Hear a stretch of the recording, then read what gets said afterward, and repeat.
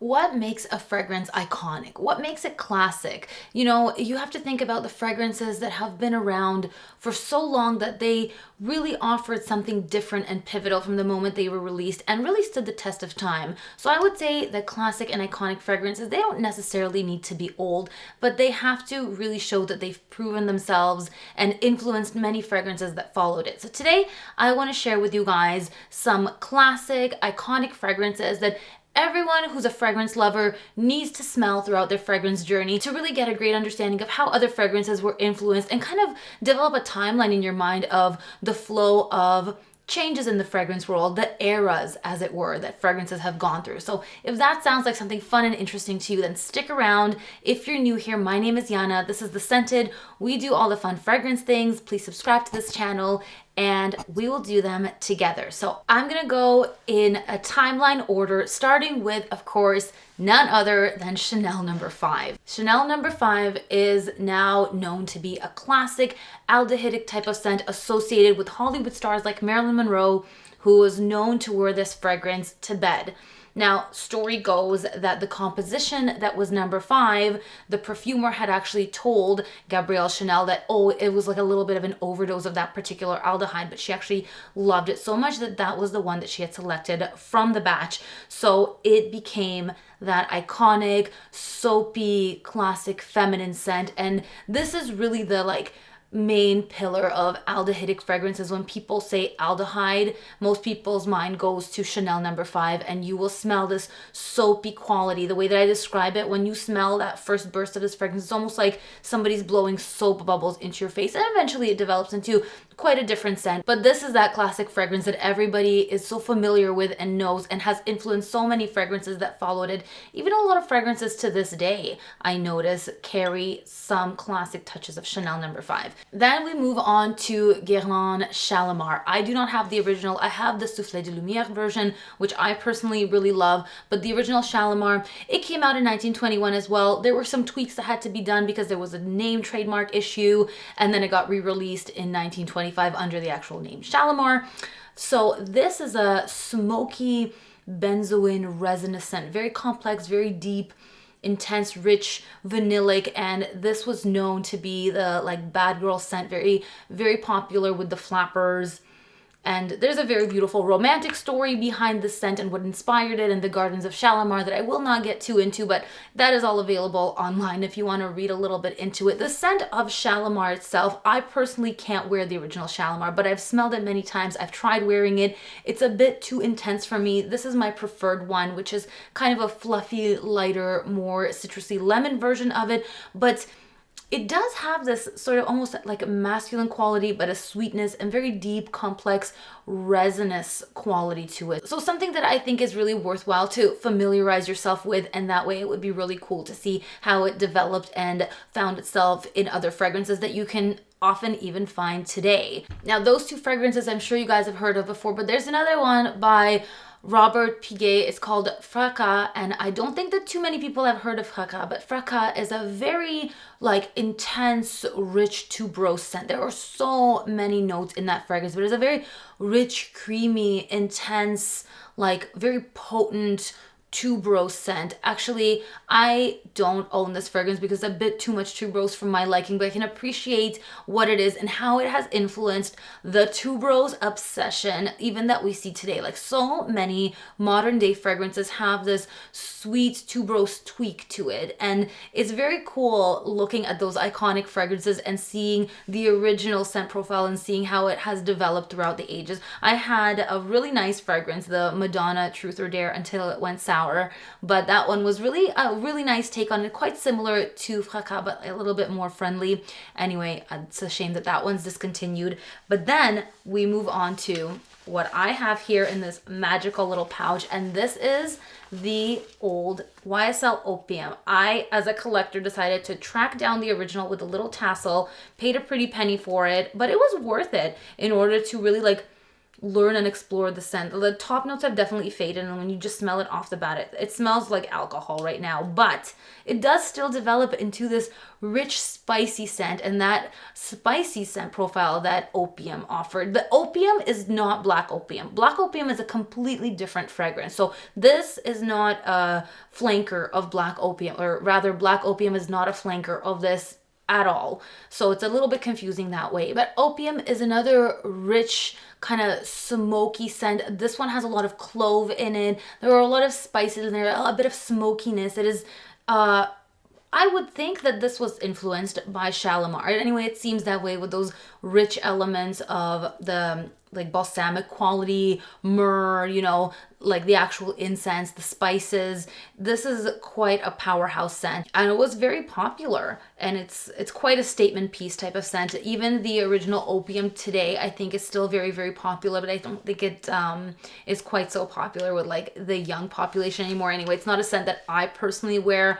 I do like to have this as like a special little piece of history and just to kind of see the influence on other fragrances. But so we move from that like late 70s intense spicy resinous scent to the 80s, where it's now really sweet, plummy, kind of leathery, still like, you know, you still get that smokiness. And this is such a loud scent. This is, of course, Dior Poison. I had to track down the 80s bottle, and this is still good. There's still quite a bit of liquid in here, and it's still good to go, but it is a powerhouse. It is potent. You've probably smelled people wear this, and it fills the room and beyond. Now they've added tuberose in here, they've added sweet berries, and a lot of those fragrances from earlier decades have developed into a whole new animal. And now I can see how this fragrance has influenced fragrances of today, like for example Narciso Rodriguez Musk Noir Rose. As much as I love that scent, I totally see the classic iconic touches of Dior Poison and the influence of this fragrance in that scent. So there's really nothing new anymore. Everything new is just something borrowed from the old. Okay, now we're jumping from the 80s into the 90s, and the 90s brought us Mugler's Angel. Angel was the birth of gourmands and where it really took off. This was something else. I remember being a kid when this fragrance came out. Like, I was not around for all those other ones, but I was around when this came out, and this was everywhere. This is that sweet kind of dirty patchouli with chocolate and fruits and every note under the earth, but it's so addictive.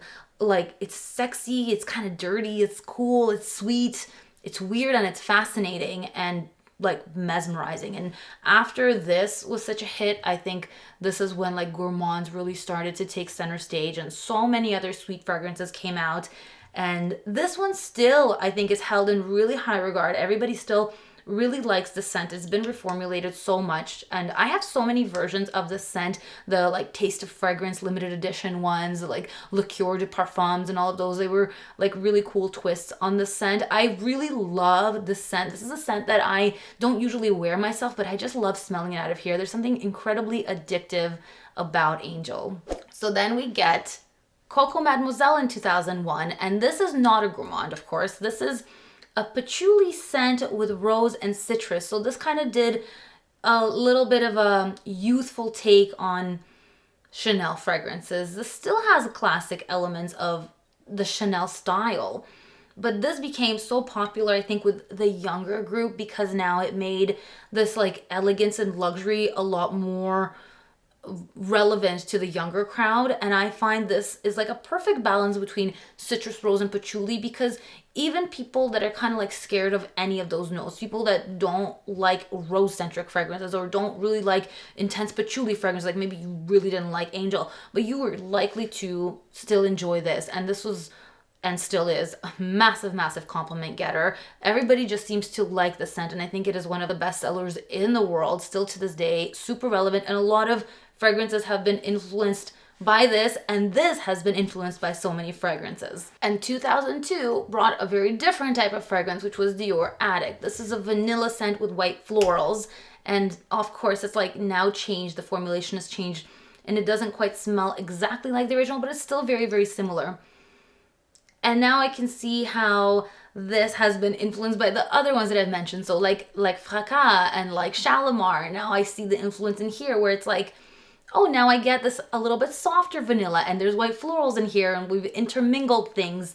And there's a, of course I'm speculating, but there's a almost evident trail of influence in the scent, and this itself created kind of a pillar in that vanilla, kind of like tonka, sensual, rich vanilla centric fragrances. So Dior Addict is still like a huge favorite of people's, and I think very, very relevant today. And even though it has been reformulated so many times, like that original DNA still sticks.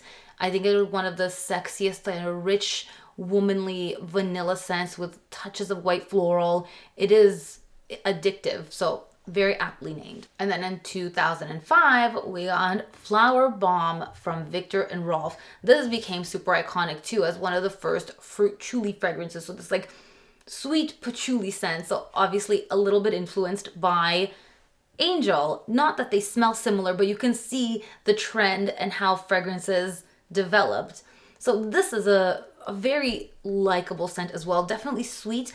Almost gives you a bit of spiciness. Like when I was a kid and I smelled this at first, I thought it was spicy to my nose, but sweet at the same time, and also very addictive. This fruit chuli trend seemed to be very likable to people because sweetness is a note that everybody enjoys. Everybody's familiar with sweetness, and patchouli gives this grounding quality and like just makes it smell, well, perfumey in a way. And I think this one was really just appealing to everybody, even the younger crowd when it was released. Like I know a lot of girls that wore this scent and even still do.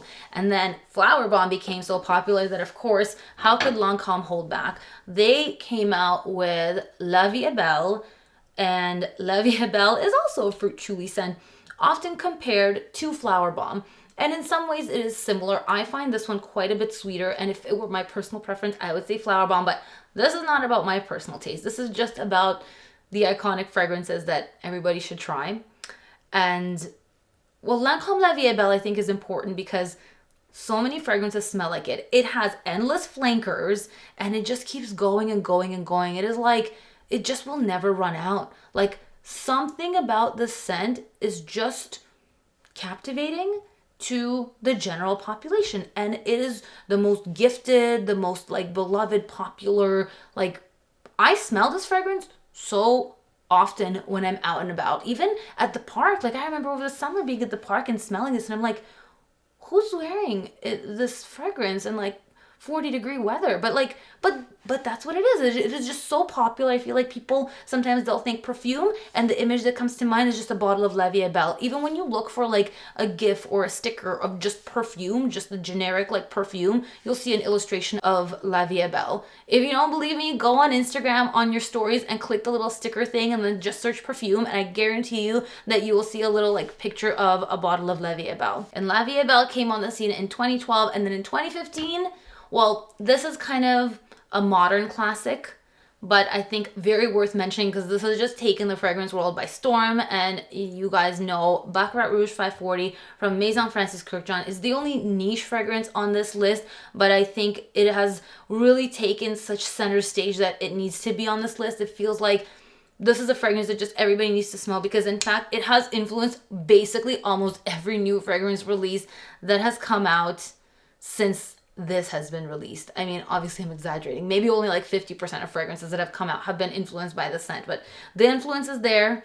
It is real and it is noticeable. And when you smell this, if you haven't already, you will then see how it has translated itself into so many other new releases. So that's my little fragrance journey through time with you guys on iconic classic fragrances that everybody needs to smell. I hope you guys enjoyed and found it fun. If you want to see a part 2, leave me a comment down below and I will definitely do another part to this kind of fragrance journey timeline.